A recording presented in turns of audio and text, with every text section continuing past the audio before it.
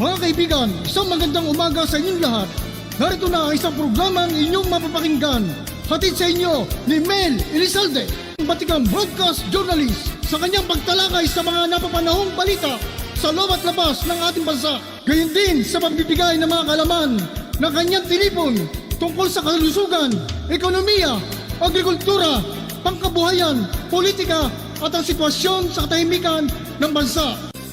At ngayon, narito na ang guro ng palatuntunan, Mel Elizalde.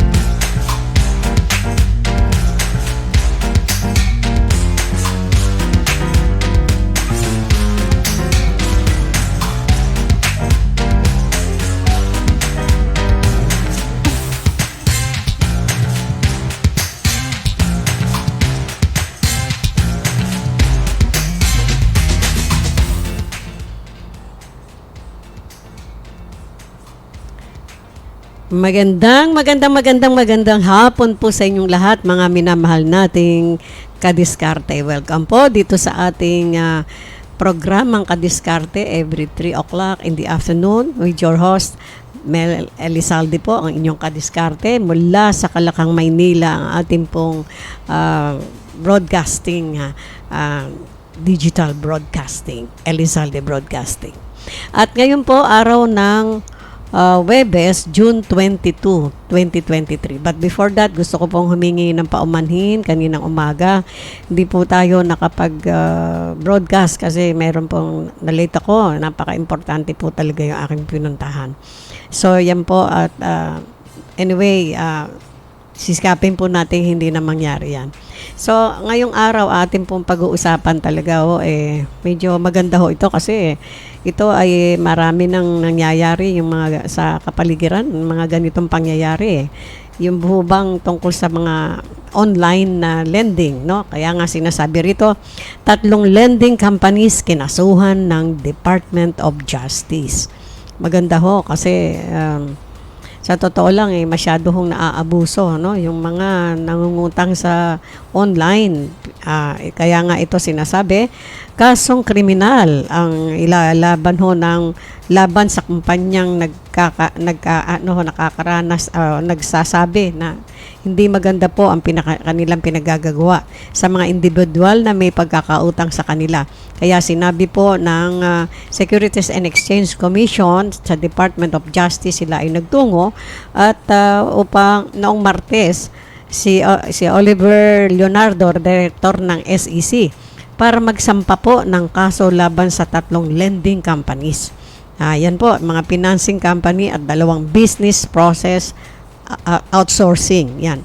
Umano'y sabit sa pamamahiya, pananakot, paghaharas sa kanilang mga kliyente.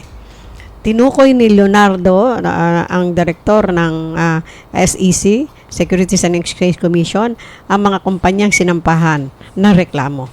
Sinasabi ho ay ang mga sumusunod: FESL, Business Process. Sumunod, Outsourcing Services. FESL, Business Process Outsourcing Services. Real Shifters, Business Processes Outsourcing Services. At yung Peso PH Lending Corporation, Philippine Microsoft Lending Corporation, at Amorak Lending Incorporated na nag-ooperate sa ilalim ng Ayuda at UB Loan. Yan ho sinasabi. At kaugnay po rito, gusto ko pong ipaalala sa inyo, noong June 8, 2023, no? June 8, ano ba araw yun? Thursday, meron po tayo kasing ditong in-interview. Kaugnay po rin sa ganitong mga pangyayari, si Mr. Ramil Navarro Ruiz, online lending na biktima siya ng online lending scammer. Nagpunta siya po sa sa PNP Anti-Cybercrime. At sinabi po, umutang daw siya ng magkano? Mga 4,000 yata o 2,000. At sa pag-aakalang 121 days daw ang pagbabalik sa pera. Yung pala po ay within 7 days lang pala. So, nung na-late po siya na nagbayad ng isang araw, hindi siya nakabayad, kung ano-ano na ang sinabi sa laban sa kanya. Ang kanya pong loan daw ay 4,000, pero ang sumakamay lamang niya ay 2,200. Babayaran lang pala sa loob ng 7 araw. Naatraso nga siya ng isang araw, nag-text na ng mga kung ano-ano, nag-BI pa, at pagtatangka sa kanyang buhay, at nagkaroon pa ng siya po ay nagkaroon ng trauma dahil itong si Mr. Ramil Navarro Ruiz ay nagtatrabaho diyan sa Divisoria. Nagkaroon ho siya ng trauma, pati pamangkin ho niya na nag-aaral ay pinagbabantaan din daw ng mga online na yun na kanyang inutangan. Pinakalat sa lahat ng kaibigan niya sa Facebook, pinahiya ho siya. At dahil po sa kanyang pagkapahiya, halos di na ho siya makakain. Ayun, kalalaking tao, umiiyak, nakakaawa naman. So, inireport niya sa PNP, sa cybercrime group, mga tinek sa kanya, at mabuti na lang, na-save po niya yon. At yun nga ho, ikinopya at yun ang kanyang ginawa upang maging dilito dahil sa siya ay masyadong naapi at pinapahiya ng husto. Alam niyo, may batas po tayo dyan na yung pagpapahiya sa mga tao na nangutang sa online or whatever, hindi ho dapat pinapahiya. Isipin niyo, maliit na pera tapos kinalat sa buong kaibigan niya sa Facebook. Ay di syempre, todo-todo papakahiya ng mga tao, di ba? Pero bago tayo magpatuloy, nais ko pong basahin natin mga shout-out. Kuya Chot Velasquez, dapat yan, ikansela ang kanilang SEC registration at kasuhan lang ng tama. Opo, narinig niyo po yung sabi ng ating kasamang si Kuya Chot Velasquez. Kay Miss May Arellano, hello po, Tita Mel, hello. At sinabi niya, nananakot pa mga lending companies na yan. Totoo po, yan ang sabi ni Kuya Chot, no? Dapat magbayad ng danyos perwisyo sa mga iyan. Dapat nga po kasi, alam niyo po, pag tayo pinahiya, hindi ho mababayaran ng pera yun hindi ho ba? Meron ho akong kasing dating kaibigan na ang masama parang yung ID po ng ating kumpanya ay ginamit nila sa siguro nagipit nag-ano sila na nangutang yung si girl sa isang online yata nagamit ho yung itong ID na ating broadcasting. Hindi ko naman po alam at kaya ko po nalaman, pati ako tinext ho nung loko-lokong pinag-utangan nila at kung ano-ano mga pinagsasabi doon sa tao. Bagamat ako ay medyo nasaktan dahil ginamit nga po yung ating ID, naintindihan ko naman dahil siguro nagipit lang siya at siya naman ay humingi ng sa akin, ng pasensya. Okay, naintindihan ko po yun. Pero nasaktan din ho ako doon dahil biruin nyo kung ano-ano pinagsasabi ho sa kanya. No? Talagang nilambas ho siya. Ano ka pa? Director ka dyan, ganyan-ganyan. Pero yung utang mong ganito, hindi mo, mga ganun ho ba? Kaawa-awa yung tao. No? Kaya ganun na lamang ang pagkapahiya. Pati ho sa akin, syempre, medyo nagkaroon siya ng pagkakasala. Nagamit niya yung ID ko for whatever reason na sinabi niya na wala daw siyang dalang ID noon. Hindi ko na lang ho yun na pinatulan. Ibig sabihin, naawa ko na lang ho sila ngayon. Siguro dahil sa hiya niya, hindi na ho sumipot sa akin. Kaya nga ho yan ang matinding nagagawa ng mga online lending na to na sobrang pagpapahiya sa tao. At siyempre nga ayaw ho natin ng ganyan. Ang tao kasi ho pag nangungutang, siyempre hindi ka naman mangungutang kung wala ka talagang pangangailangan hindi ho ba? Minsan kapit sa patalim, ganun talaga. Pero mas magbuti siguro, mga kadiskarte, mangutang na lang kayo sa mga kaibigan nyo. Kesa mangutang tayo sa online na ganyan at konting pera papahiyain kayo at sa katutak pa yung balik ng singil. Hindi ba? Yan ang hindi maganda. Talagang dapat kasuhan yung mga iyan pag ganyan. Sapagkat ang pagpapahiya sa tao ay kailanman hindi mababayaran ng pera. No? Yun nga ho, maraming mga ganyang pangyayari kaya sharing approach and modus operandi ng mga lending na ito emotionally abusive. Tama po yun, sabi ni Kuya Chot Velasquez. Dapat magbayad ng daños perjuicios na ang mga iyan. Talagang dapat para madalaho sila, no? At talagang inire-report yan. Kaya po yung mga nangungutang po sa online, wag po kayo matakot. At kung kayo tinetext, isave nyo po yung mga text ninyo at magreklamo kayo sa sa PNP, no? Anti-Crime Cyber Group. Kasi para humadala yung mga iyan. Kasi abuso na no? Pautangin nga kayo. Tapos imbis na kayo ay mag-aangan, lalo pang pinahihirap niya dahil ang taas ng anong tawag dito, percentage, at the same time ang bilis pa ng bayad in 7 days. Tapos pag hindi pa kayo nakabayad ng ilalambas kayo ng husto. Kasama ho ba yun sa sa anuhan ng utang, sa pagkakaroon ng utang sa tao? Siyempre kung sa kapwa nyo na lang kaibigan o pwede kayo makiusap siguro. Palagay ko hindi naman mangyayari sa atin yun na konting pera o kahit na malaki, pero kahit konting pera at ganyan ay inilampaso ang inyong dignidad. Hindi ba kayo masasaktan ng ganun? At kita nyo pati mga pagkakaibigan ng mga tao ay nasira dahil sa kanila. Hindi naman nakakahiyang mangutang hindi ba? Ang nakakahiya, nangutang kayo, di kayo nagbayad. Di ba? Yung ganun yun. Kaya kahit na 5, basta nangutang natin, syempre ibabalik natin. No? May mga tamang microfinance na pwedeng salihan ng mga tao. Ayan ang sabi ng ating mabait na si Kuya Chot Velasquez. Kaya nga sinasabi natin, ingat po kayo sa mga ganun. Ang gaganda ng mga sinasabi nila, pautangin kayo, walang ganito, ganon. Yung pala, sa kabila nun ay mas mabigat. No? At may kaakibat pa na paglalampaso ng inyong dignidad na talagang hindi makakain ng tao. Kaya yung ating na interview na si Mr. Ramil Navarro Ruiz noong June 8, talaga naman kahit na lalaking tao siya ay napapaiyak ng gusto dahil sa ayaw na nga raw niyang lumabas ng bahay at halos ayaw niya nang magtrabaho dahil alam niya na nilampaso siya sa Facebook at sa kung saan-saan. Lahat ng kanya mga kaibigan tinext at kung ano-ano sinabi.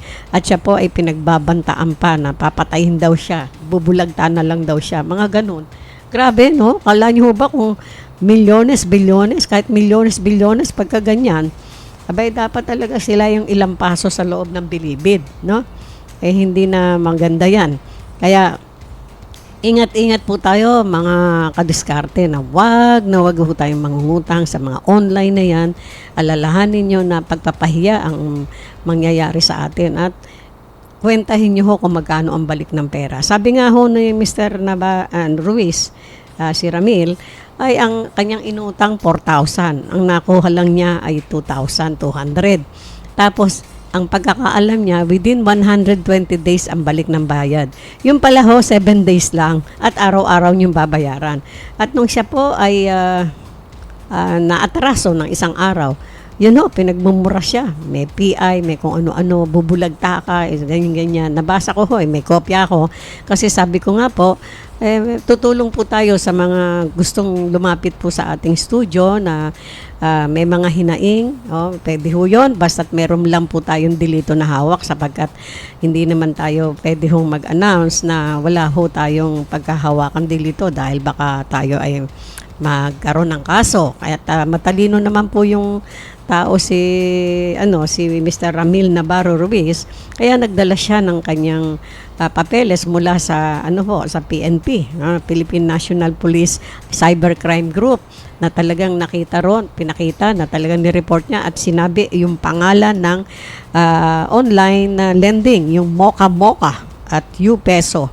Ayan, Mocha pala, kaya baka tandaan niyo yun Mocha. Hindi yung artista si Mocha. Hats off, Tita Mel. Thank you very much, Kuya Chot Velasquez. That's how emotionally traumatic the experience can be. Tama po yun, no? Mga napaka-traumatic ho talaga yun. Isipin nyo, pagsasabihan kayo, bubulagta kayo, hindi ba kayo matatakot? Naalala po natin ng isang kaibigan natin dyan sa DPWH. kababaeng tao nirat-rat ho ng isang katutak na bala at hanggang ngayon po siya ay komatos. Kaya mahirap po walang sinasanto ang mga kriminal, hindi ho ba? Babae, lalaki, may edad or what. Konting pagkakamali nyo lang, babanatan kayo. Siyempre, yun hong mga pananakot na ganyan, hindi natin alam kung tutuparin o hindi. Pero basta nakareceive po tayo ng mga threat, mula po kung kaninong Herodes, medyo may takot sa puso natin yan. At yun nga, alam nyo naman ngayon, ang buhay ng tao sabi, mura lang daw. Kaya yung mga killer, parang sa kanila, parang pumapatay lang sila ng ipis, no? Dahil ang mga bayad sa kanila libo-libo. Yan ho, kaya mag-iingat ho kayo. At kung ano man yung pagtungkol ho sa pera, talagang pag sa pera pinag-usapan, nagpapatayan talaga no? Magkapatid, magkamag-anak, magkaibigan. Lalo pa, kung hindi magkaibigan, pagdating sa pera, pinag-usapan, naglokohan, talagang mapapatay ka niyan. Lalo na kung milyones ang ika nga po ang nakasaad doon. Kaya yan nga, sinasabi natin, ang pera ho kasi is the root of all evil, sabi nga ho nila. Kaya bagamat ang pera ay mahalaga para sa ating kabuhayan habang nandito tayo sa daigdig, pero pag sobra naman na sugapa tayo sa pera, darating din ho yung araw, magbabayad tayo. Kaya ayos lang, di ba? Pag naman ho yung sobrang wala nang kabusugan sa pagkuha ng pera ng may pera, lalo na pera ng bayan. Ay nako, meron ho kayong kalalagyan dyan. Yun na nga ho, di ba? So sinabi, mahalaga ang training sa personal finance. Tama yan talaga to si Sir Chot Velasquez. Ang ating pong executive assistant dito sa ating company ay talagang napakahusay. Totoo yun, mahalaga ang training sa personal finance. Opo, kailangan alam natin kung ano ating kakayahan. Wag ho tayong utang ng utang na hindi naman pala natin kaya bayaran, baka tayo utangin naman ang buhay natin, di ba? Yun ang mabigat. So, kaya pala hanggat maaari ay maiwasan ang paghiram ng pera. Totoo po yan. Kasi yun na po, baka hindi na tayo, yung kapasidad natin na magbayad ay hindi naman natin kaya. So, magkakaroon lang ho tayo ng problema, di ba? So, bago tayo pumasok sa isang, sa isang utangan, pag-aralan natin kung ano po ang kakalagyan natin, kung meron ba tayong kapasidad na magbayad ng ganong kalaking utang, dahil magkakaroon lang tayo ng problema whether we like it or not. Siyempre, iba ho yung marami kayong iniisip na babayaran na wala naman pala kayong kapasidad na magbayad.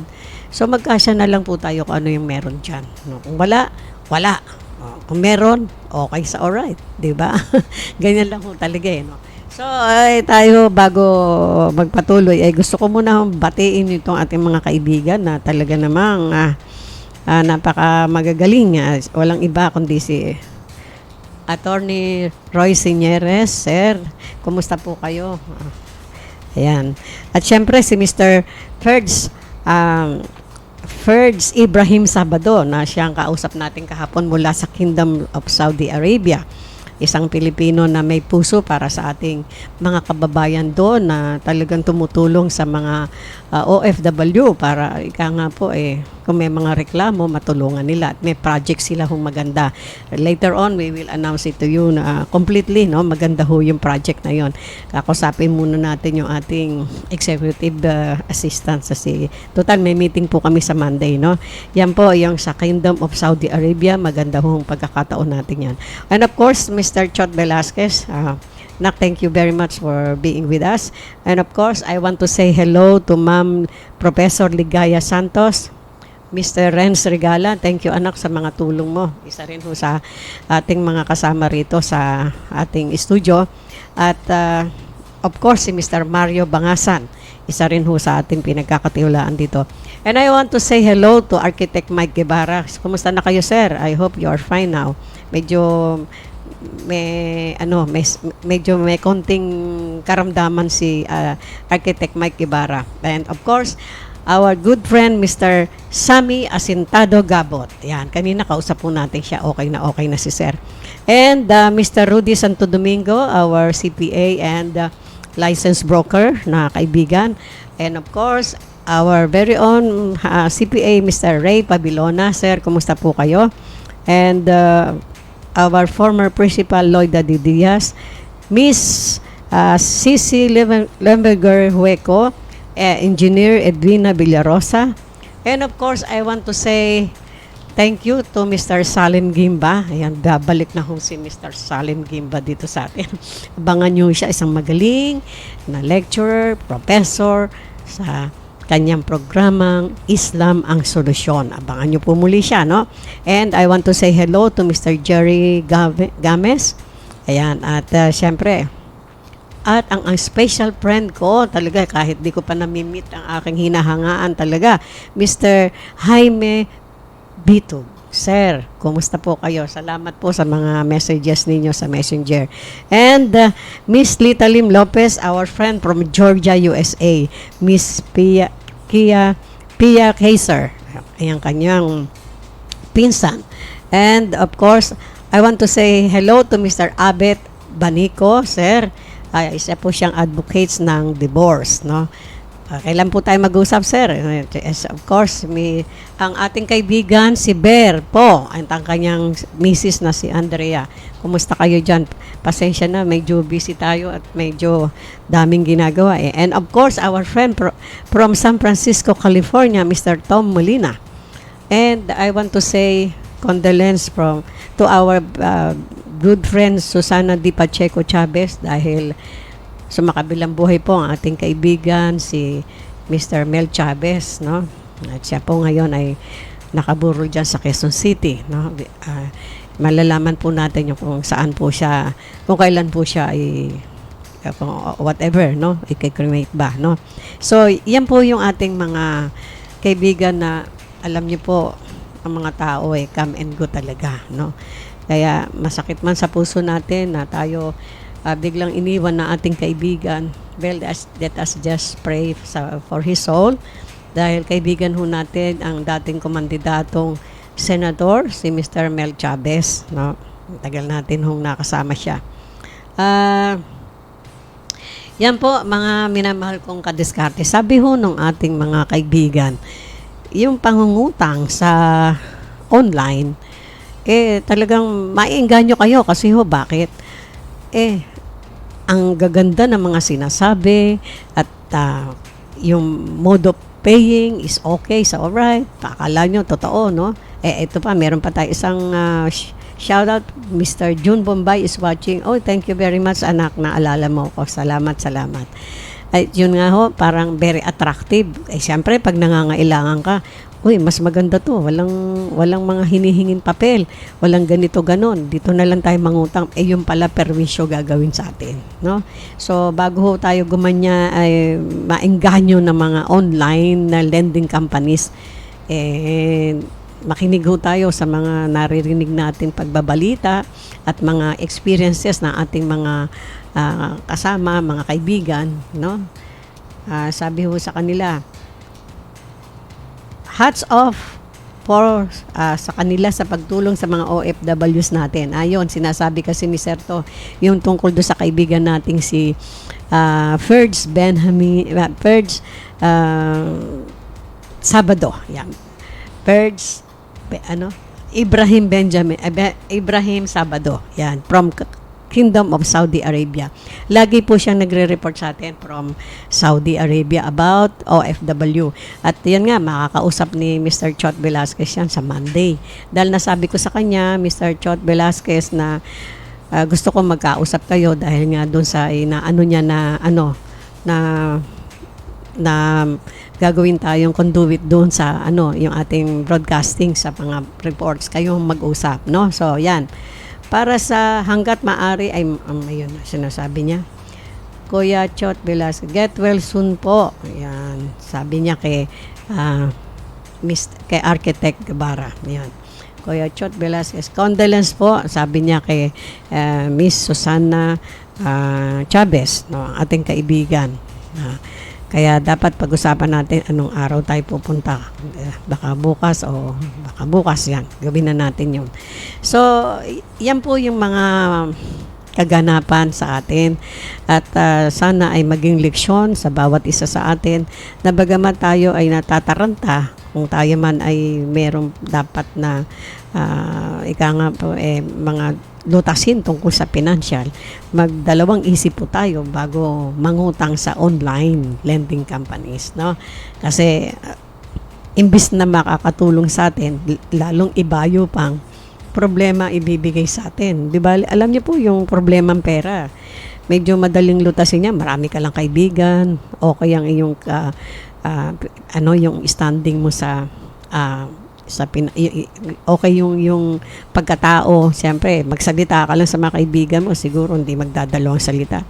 Pero siguro yung iba po ay nahihiya na magsalita sa mga kaibigan kaya nagpupunta sa mga lending companies. Naintindihan natin yan.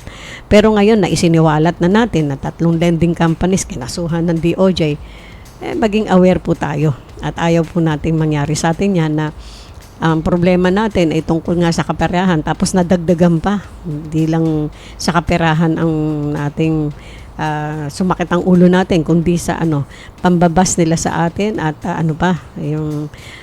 yung ating dignidad ay kanilang winawasak, no?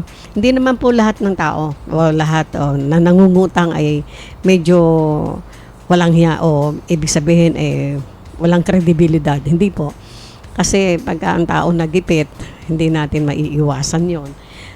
Siyempre, gagawa tayo ng paraan. At syempre, ang unang naisaisip natin, manghihiram tayong pera. Di ba? Ganyan. Pero yun na nga. Dahil ngayon ay uso yung scam na yan sa mga lending companies online. Ayan, maging aware na po tayo. Wag na po tayo sasabi na mangungutang tayo doon, hihiram ng pera, tapos lolokohin lang tayo, kung ano-ano pa. So, yan po mga minamahal nating kadiskarte. Sana ay magkaroon tayo ng leksyon at iwasan po natin yung ganon. At ako po ay nagpapasalamat sa lahat ng sumusubaybay sa ating programa. Kaya nga po pinagbubuti natin ang ating mga programa sa pamamagitan ng ating executive assistant. Siya po ang namamahala ngayon. Kaya we are so happy na Mr. Chot Velasquez is with us. Maraming salamat. Palakpakan ho natin siya dahil talaga namang kapala-palakpak naman. Thank you so much. Yan po, hanggang sa muli. And don't forget to follow us, share us, and of course, subscribe us to our YouTube channel and our Facebook channel sa Elizalde Broadcasting. And don't forget, I always say, I love you all. Bye-bye.